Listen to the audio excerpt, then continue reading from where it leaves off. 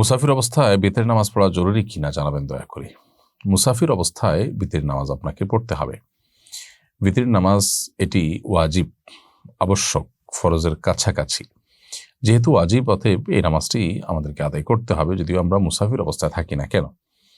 সুন্নাত যে নামাজগুলো আছে সেই নামাজগুলোর ব্যাপারে মাসআলা হলো যে সুন্নাত নামাজগুলো সফররত অবস্থাতে সেরকম আবশ্যক থাকে না, যেমনটি আমাদের বাসাবাড়িতে অবস্থানরত অবস্থায় আমাদের উপরে আবশ্যক থাকে। অর্থাৎ যতটা গুরুত্ব এখানে থাকে সফররত অবস্থায় সেই গুরুত্বটা থাকে না, যার কারণে কেউ সফররত অবস্থায় পড়লেন কি পড়লেন না বিষয়টা অনেকটা নফলের মতো হয়ে যায়।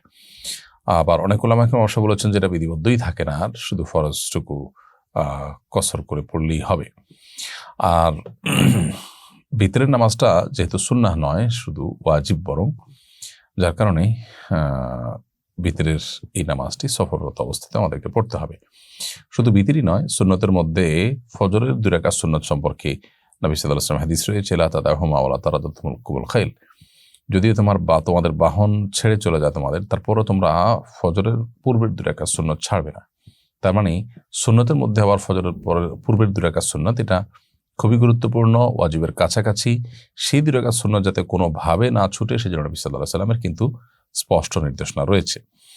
সেই হাদিসকে সামনে রাখলে আমরা পরিষ্কারভাবে এটা বুঝতে সক্ষম হই যে যদি ফজরের আগে সুন্নত সফরেও পড়তে বলা হয়, তাহলে ওয়াজিবের কথা তো বলাই বাহুল্য, ভিতরের কথা তো বলাই বাহুল্য। বিধায় ভিতরের নামাজ আমরা সফরেও পড়ার চেষ্টা করতে হবে বা পড়তে হবে।